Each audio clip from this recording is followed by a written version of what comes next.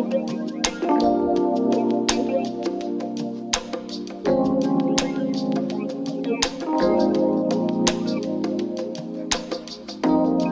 Students, welcome to education India.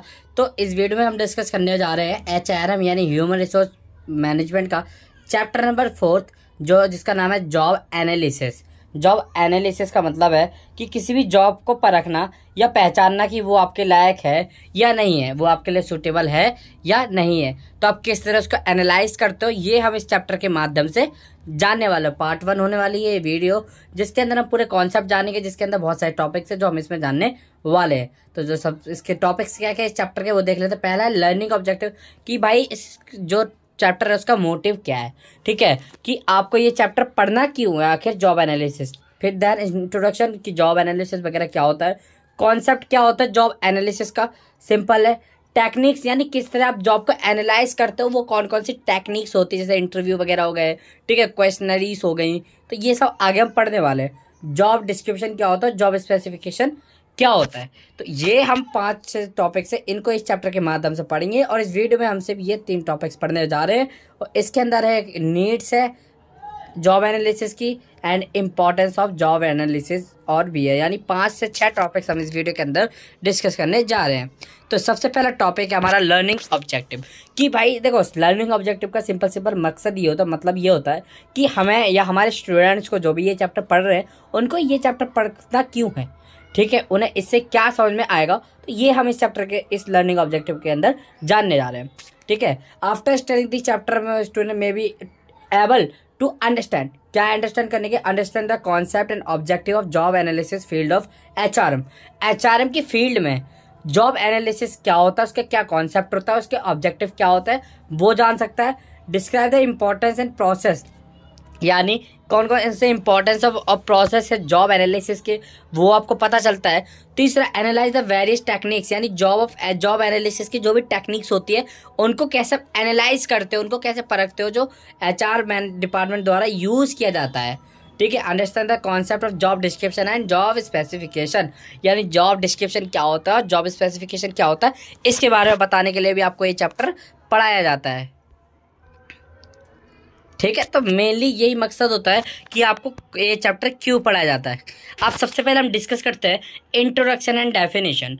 Job analysis is the process of acquiring and examining data regarding the particular jobs, human requirements and environment in which a job will be or is being performed. It means देखो simple process है। अगर मैं आपको साधारण शब्दों में कहूँ कि जॉब एनालिसिस का मतलब क्या है, देखो जॉब एनालिसिस एक तरह की प्रक्रिया है, एक प्रोसेस एक तरह का, जिसमें हम भाई जॉब्स को परखते हैं, उसको एग्जामिन करते हैं। एग्जामिन का मतलब है आप परखते हैं, ठीक है, कि वो जो जॉब है वो आपके लायक है या नहीं है, ठीक है। जो आप उससे एक्सपेक्टेशन कर रहे हो तो वो आपकी एक्सपेक्टेशन पे खड़ी उतरेगी या नहीं उतरेगी। इस प्रोसेस को हम जॉब एनालिसिस कहते हैं। अगर हम बुक के हिसाब से देखें तो job analysis is the process, job analysis एक प्रोसेस होता है किसका, acquiring and examining data regarding the particular jobs, यानी एक्वायरिंग मतलब जॉब डाटा को लेना, ठीक है, एक्वायर मतलब लेना, यानी डाटा को कलेक्ट करना और उसको एग्जामिन करना यानी स्टडी करना, ठीक है, या उसको परखना कि किसी भी पर्टिकुलर जॉब्स को जिसको भी आप करना चाहते हो कि भाई वो आपके लायक है या नहीं है, ठीक है, जो आपकी एक्सपेक्टेशन है क्या वहाँ फुलफिल हो सकती है नहीं हो सकती है, ये देखना, ये एक प्रोसेस है जिसका नाम है जॉब एनालिसिस, जिसमें ह्यूमन रिक्वायरमेंट्स देखी जाती है कि ह्यूमन की क्या क्या रिक्वायरमेंट्स है, एनवायरनमेंट देखी जाती है, जॉब या तो करनी होगी या वो कर चुका है, ठीक है, उसकी भी जॉब एनालिसिस वो कर सकता है। This method is use to decide where to employ which type of employees, यानी जो ये मेथड है ना जॉब एनालिसिस, सिंपल किस लिए यूज होता है, भाई आपको ये डिसाइड करना है कि किस जगह एम्प्लॉय जो है फिट हो सकता है काम के लिए, यानी उसको कहाँ पे काम करना चाहिए। This particular analysis done by every firm, यानी ये एवरी फर्म द्वारा, स्मॉल हो चाहे बड़ी हो, ठीक है, स्मॉल और ह्यूज का मतलब बड़ी, यानी चाहे छोटी फर्म हो चाहे बड़ी फर्म हो, ये सब फर्मों में डन किया जाता है। यानी हर फर्म में इसके जॉब एनालिसिस का जो प्रोसेस है वो सेम ही रहता है, हर उसमें फर्म में ये किया जाता है अगर जो करना चाहता है, ठीक। To perform this analysis various techniques, यहाँ पे बहुत सारी टेक्निक्स होती है ये एनालिसिस करने के लिए। पहला होता है इंटरव्यूज, इसको अगर हम हिंदी में देखते तो हिंदी में से साक्षात्कार कहते हैं। इंटरव्यू का मतलब है कि आपके कुछ क्वेश्चन पूछे जाएंगे और उसके आपको कुछ क्वेश्चन के जवाब देने पड़ेंगे, ठीक है। वो कैसे भी रिगार्डिंग हो सकती है, या तो आइदर योर पर्सनल लाइफ और योर प्रोफेशनल लाइफ ऑल्सो, ठीक है। यानी किसी भी तरह के क्वेश्चन हो सकते हैं। मेकिंग क्वेश्चनरीज, ठीक है। क्वेश्चनरीज का मतलब है, सॉरी क्वेश्चनियर्स, क्वेश्चनियर्स का मतलब है कि आपसे क्वेश्चन करेंगे वो। क्वेश्चनियर्स का मतलब है क्वेश्चनिंग करना। रिकॉर्डिंग क्रिटिकल एनालिसिस, यानी जो भी क्रिटिकल एनालिसिस होता है उसको रिकॉर्ड करना एंड ऑब्जर्व करना कि वो यूज़ हो रहा है या नहीं, कि वो बंदा जो है या वो जॉब जो है इस पर्सन के लिए सूटेबल है या नहीं है, ठीक है। सिंपल मतलब है। अब कॉन्सेप्ट देखते हैं। देखो अभी तो हमने देखा बुक के हिसाब से कि भाई वो क्या क्या होती है। अब हम कुछ महान वैज्ञानिक, हमारे कुछ जो महान राइटर्स हैं, तीन है आई थिंक ये, ठीक है, उनकी हम डेफिनेशन देखने वाले कि उन्होंने कौन कौन सी डेफिनेशन दी। हाँ ये 3 ही है, ठीक है। तो पहला, in the word of Edwin B Flippo, Edwin B Flippo, इन्होंने क्या दिया है जॉब एनालिसिस की डेफिनेशन, वो देखते हैं। Job analysis is the process of studying and collecting information relating the operation responsibility of the specific job. यानी इन्होंने कहा है कि जॉब एनालिसिस एक प्रोसेस होता है एक तरह का, जिसमें आप स्टडी करते हो और इंफॉर्मेशन को कलेक्ट करते हो किसी भी स्पेसिफिक जॉब का, ठीक है। जो भी आपको लेनी होती है, जो भी आपको जॉब करनी है, उसका आप डाटा कलेक्ट करते हो, उसके बारे में आप स्टडी करते हो, उसके बारे में आगे जानते हो। उस प्रोसेस को हम क्या कहते हैं, जॉब एनालिसिस कहते हैं। ये हमारे किसने वाले, ये एडविन बी फिलिप्पो भाई साहब ने कहा है, ठीक है।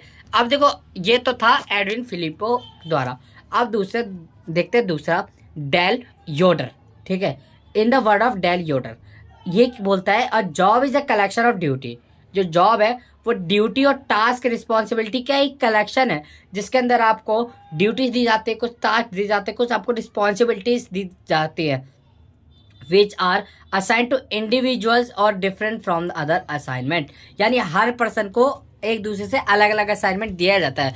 जैसे आपने देखा होगा, कोई भी कंपनी ले लो, ठीक है, उसमें देखो मैनेजर को अलग ड्यूटी होती है, सुपरवाइजर की अलग ड्यूटी होती है, वर्कर की अलग ड्यूटी होती है, ठीक है, और जो एचआर होता है उसकी अलग ड्यूटी होती है। देखो जो सुपरवाइज करना होता है उसका क्या काम होता है, सुपरवाइजर ही करता है वो। तो इसलिए हर सबको अलग अलग असाइनमेंट, अलग अलग ड्यूटीज, रिस्पॉन्सिबिलिटी, टास्क दिए जाते हैं।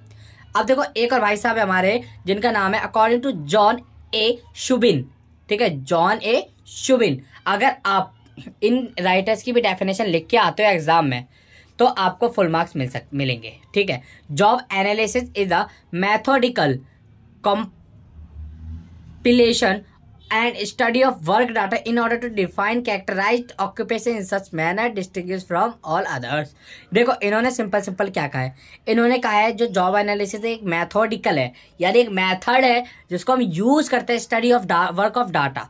यानी जो भी डाटा है वर्क का, यानी जो काम है उसका डाटा हम स्टडी करते हैं, और जो भी उसका ऑक्यूपेशन है उसका कैरेक्टराइज करते हैं, यानी उसकी क्या क्या कैरेक्टर्स है, ठीक है। हम देखते हैं भाई किसका कैरेक्टर्स कैसा है और ये नेचर में कैसा है, हम ये सब देखते हैं और फिर देखते हैं कि ये किस बाकी फर्मों से, बाकी कंपनियों से कितनी अलग है, फिर उसके बाद हम डिसाइड करते हैं। ये कहा है जॉन ए शुबिन भाई साहब ने, ठीक है।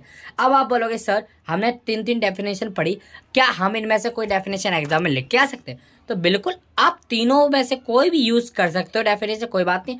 हाँ जब आप लिखो ना तो आपको लिखना है अकॉर्डिंग टू, जैसे यहाँ लिखा है अकॉर्डिंग टू, जो भी भाई साहब है उनका यहाँ नाम लिख देना, और फिर यहाँ पे आपको जब कॉलन बना देना, फिर इसके अंदर आपको लिख देना जो भी आपकी डेफिनेशन है, फिर यहाँ पे आप कॉलन बंद कर देना। इससे जो है आपकी जो सीट है, जो आपका आंसर है वो अट्रैक्टिव बनता है, ठीक है। मैं आपको लास्ट में एग्जाम आते आते टिप्स भी दूंगा कि आपको अपने थ्योरी के एग्जाम में किस तरह आपको अपीयर करना है, जिस तरह आपके मार्क्स भी ना कटे और आपको फुल मार्क्स भी मिल जाए। अब देखते हैं ऑब्जेक्टिव्स। देखो सिंपल भी हमने डेफिनेशन जानी, अब देखते हैं भाई इसका ऑब्जेक्टिव होता है ये करना क्यों है। सिंपल बात है, to determine the best efficient method of duty of particular task being in a job. यानी यहाँ पे जो बेस्ट मेथड है, इफेक्टिव मेथड है जो भी हमारे जॉब करने का, उसको डिटरमाइन करना कि भाई किस तरह आप जॉब करोगे, ठीक है, किस तरह की जॉब है। To keep interest of worker, यानी वर्कर के माइंड में जॉब के प्रति इंटरेस्ट बनाए रखना कि भाई उसका अगर इंटरेस्ट है इसमें तो उसका इंटरेस्ट यहाँ से जाए ना, हम उसको इतनी फैसिलिटी देंगे। To stabilize the rational basis for incentive, wages structure और बोनस स्कीम। यानी सिंपल बात है, इंसेंटिव के लिए, वेजेस स्ट्रक्चर के लिए और बोनस स्कीम बनाने के लिए। To identify areas where trainings to be imported from particular sorry performing a particular task, उनको यानी ट्रेनिंग देना वो पर्टिकुलर पार्ट टास्क करने के लिए। फॉर डेवलपमेंट ऑफ टेस्टेड, यानी उनको डेवलपमेंट वगैरह करने के लिए उनको टेस्ट वगैरह वो करवाना है ना। To make selection process easy, यानी सिलेक्शन प्रोसेस को ईजी बनाना। देखो आप एक बार चलो अपने दिमाग में सोचो, अगर जॉब एनालिसिस आपने कर लिया कि भाई इस पर्सन के मान लो 3 कैंडिडेट आए, ए और बी और सी और डी आए, चलो 4 आए। अब आपने देख लिया कि भाई इसमें से जो सी है और ए है ये तो किसी काम के लिए नालायक है, आपने एनालाइज कर लिया जॉब को और आपने बता दिया कि भाई ये हमारे जॉब के लिए सूटेबल है ही नहीं, ठीक है, ये सूटेबल है ही नहीं। फिर आपने क्या कर दिया, इनको निकाल दिया। अब बचे बी और डी, अब आप उनका इंटरव्यू लोगे, फिर देन जाके उनको सिलेक्ट करोगे। तो ऐसे ही ये आइडिया जो है यहाँ काम आता है।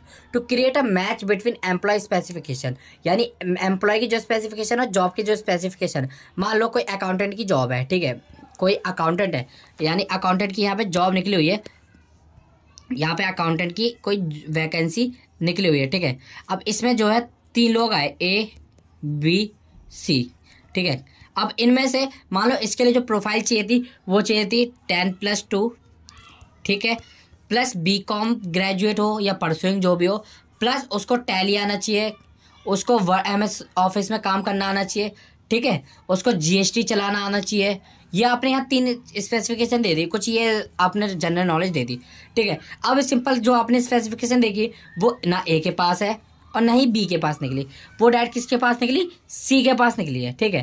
तो ये क्या आपने उसको मैच कर लिया कि भाई किसके पास जो हमें स्पेसिफिकेशन चाहिए वो किसके पास है, किस कैंडिडेट के पास वो स्पेसिफिकेशन अवेलेबल है, ठीक है। तो इस तरह आप फिर सी का इंटरव्यू लेके देन उसे सिलेक्ट करोगे अपने काम के लिए, ठीक। अब इंपॉर्टेंस क्या होता है, सिंपल बात है कि देखो अभी हमने ऑब्जेक्टिव देखा, आप जानते हैं इंपॉर्टेंस, भाई सिंपल इंपॉर्टेंस होता क्या, इसकी जरूरत होती क्यों है, आवश्यक क्या है, man power management. Man power management का मतलब है कि जो भी आपकी मैन पावर है, मैन पावर मतलब एक तरह से एम्प्लॉयज, ठीक है। मैन पावर्स का मतलब होता है एम्प्लॉयज से, यानी जितने भी वर्कर्स आपके यहाँ काम कर रहे हैं उनको मैनेज करने के लिए आपको जॉब एनालिसिस करना होता है, ताकि उनको जो भी आता है, मान लो सुपरवाइजर आप मान लो कोई सुपरवाइजर की वैकेंसी है, ठीक है, आप अगर वैकेंसी निकालोगे तो भाई एनालाइज करोगे, दोनों को मैच करोगे, कैंडिडेट और उसको जो मैच होगा आप उसे ही सिलेक्ट करोगे। क्यों, क्योंकि भाई आपको सुपरवाइजर के लिए पहला तो चाहिए लीडरशिप पर्सन, ठीक है, जो जिसके अंदर लीडरशिप क्वालिटी है, दूसरा जो डिसीजन ले सकता है और जो केयरिंग भी हो, ठीक है। ये नहीं कि भाई एम्प्लॉय से कुछ अलग भाषा में बात करे या बोले तो ये कर, तो यानी वो अपनी मनमानी करे, तो ऐसा नहीं चलेगा। तो आपको मैन पावर मैनेजमेंट के लिए वो करना पड़ेगा। Helps in recruitment and selection, यानी ये सिंपली जो है ना, रिक्रूटमेंट मतलब और सिलेक्शन मतलब है कि आप लोगों को इनवाइट करते हो, पीपल्स को, कैंडिडेट्स को, कि आओ हमारे यहाँ जॉब खाली है और हम आपको सिलेक्ट करेंगे इंटरव्यू के बाद, ठीक है। तो आप उनको क्या करते हैं, उनको ये रिक्रूटमेंट और सिलेक्शन के लिए ईजी हो गया, क्योंकि भाई आप उन्हें पहले ही पर रख लोगे कि भाई कौन सा कैंडिडेट जो है आपकी जॉब के लिए बेटर है, अब वो देख लोगे, फिर देन ये हेल्प करता है, इसलिए ईजी प्रोसेस हो जाता है। तीसरा है ट्रेनिंग, यानी फिर इनको ट्रेनिंग देना। आपने सिलेक्शन कर लिया, अब उसके बाद आप इनको ट्रेनिंग दोगे कि भाई जो भी इनको क्या क्या आता है क्या नहीं आता, उस हिसाब से आप इनको ट्रेनिंग दोगे ताकि वो आपके काम को अच्छे से कर सकते हैं। एम्प्लॉय सेफ्टी, एम्प्लॉय की सेफ्टी के लिए भाई देखो आपको सबसे पहले देखना पड़ेगा कि एम्प्लॉय की जो सेटिस्फैक्शन है ना वो क्या है, यानी जो उसका सेटिस्फैक्शन लेवल है वो किस चीज़ के लिए है, वो किस चीज़ के लिए सेटिस्फाई होगा और किस चीज़ के लिए नहीं होगा, पहले तो आपको ये देखना पड़ेगा, ठीक है। अगर वो इस जॉब से सेटिस्फाई है तो ही आप उसे सिलेक्ट करोगे, अदरवाइज उसे आप नहीं करोगे। इसलिए आप पहले उसे एनालाइज कर दोगे कि भाई ये सूटेबल है या नहीं, इसका इंटरेस्ट है या नहीं है ना, ठीक है। अब helps in performing performance appraisal. Performance appraisal का मतलब है कि परफॉर्मेंस के बेस पे उसकी एक तरह से बोनस मिलना उसको, या उसका हम कह सकते हैं प्रमोशन होना, ठीक है। यानी ये परफॉर्मेंस अप्रेजल का मतलब उसकी परफॉर्मेंस के जो भी बिहाफ पे हम उसको प्रमोशन देते हैं उसे परफॉर्मेंस अप्रेजल कहते हैं। तो इसमें भी ये हेल्प करता है। Help in job evolution, job evolution मतलब है जॉब को विकसित करना यानी बढ़ाना, ठीक है। एनालिसिस मतलब होता है देखना परखना, एवोल्यूशन का मतलब होता है बढ़ाना, यानी जो भी आपने मान लो पर्सन है, कोई भी कैंडिडेट है, आपने मान लो अकाउंटेंट है, अकाउंटेंट को ये आपने हायर कर लिया।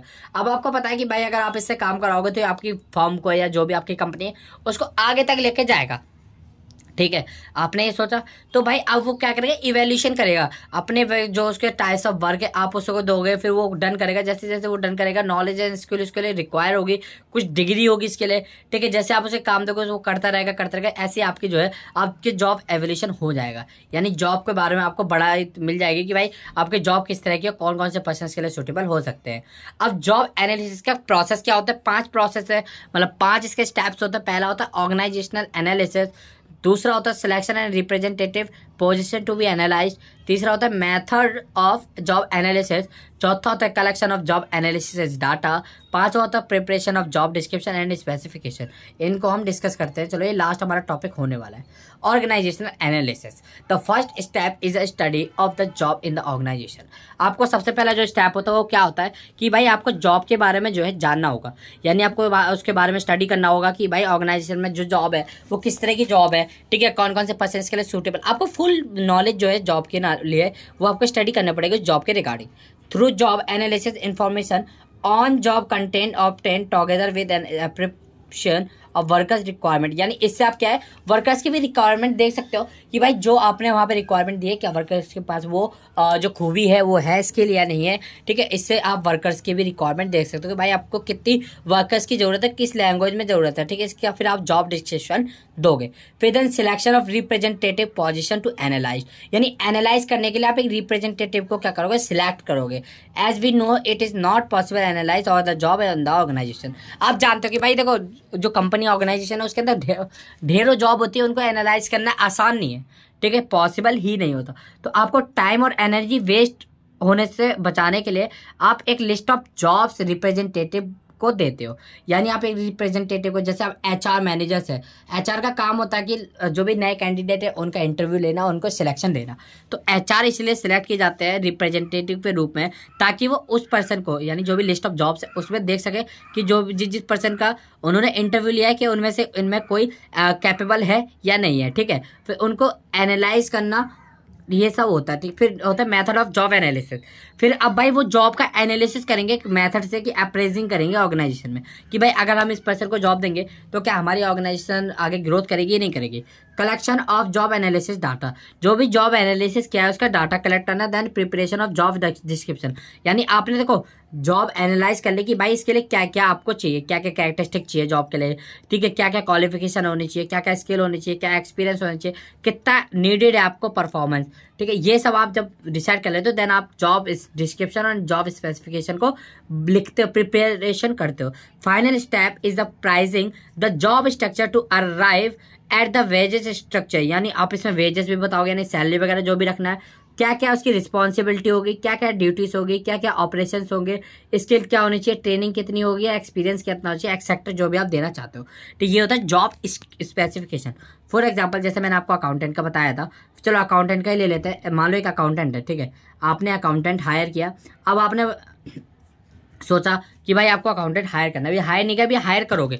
अभी आप सोच रहे हो तो आपने क्या किया, इसको एनालाइज कर लिया। ठीक है, अब आपने बोला कि भाई उसको जो है हमें चाहिए वो बीकॉम होना चाहिए, चाहे वो प्रोग्राम हो, ऑनर्स हो, दिस इज नॉट मैटर। ठीक है, ये मैटर नहीं करता, आपको बीकॉम ग्रेजुएट चाहिए, प्लस उसको टैली सॉफ्टवेयर में काम करना आना चाहिए, प्लस उसको जीएसटी के बारे में नॉलेज होनी चाहिए। ठीक है, टीडीएस वगैरह के बारे में नॉलेज होनी चाहिए, उसको एमएस ऑफिस में यानी एक्सेल में भी काम करना आना चाहिए। ठीक है, तो ये क्या है, जॉब स्पेसिफिकेशन है कि भाई उसको क्या क्या काम आना चाहिए, ये तो है। अब देखते हैं उसकी क्या क्या रिस्पॉन्सिबिलिटी ड्यूटीज होंगे। पहला, फाइनेंशियल जो भी ट्रांजेक्शन है उनको रिकॉर्ड करना। दूसरा, डेटर्स एंड क्रेडिटर्स की लिस्ट बनाना। तीसरा, बीआरएस को मेंटेन रखना। चौथा, बैलेंस शीट प्रिपरेशन। ठीक है, ये क्या होगी, ये उसकी रिस्पॉन्सिबिलिटी होगी कि उसके क्या क्या रिस्पॉन्सिबिलिटी देंगे हम, क्या क्या वो काम करेगा। तो ये है, ये जो सारी ये सब यही कहते हैं, ये आपको समझ में आया होगा। ठीक है, ये थी हमारी वीडियो जिसके अंदर हमने 5 टॉपिक डिस्कस किए। तो आई होप आप लोग को वीडियो अच्छी लगी होगी। वीडियो अच्छी लगे तो लाइक कर देना, और चैनल पर नए हैं तो चैनल को सब्सक्राइब कर देना, और इस चैनल को शेयर भी कर देना अपने दोस्तों के साथ। तो मिलते हैं जल्दी नेक्स्ट वीडियो में। Thank you so much for watching.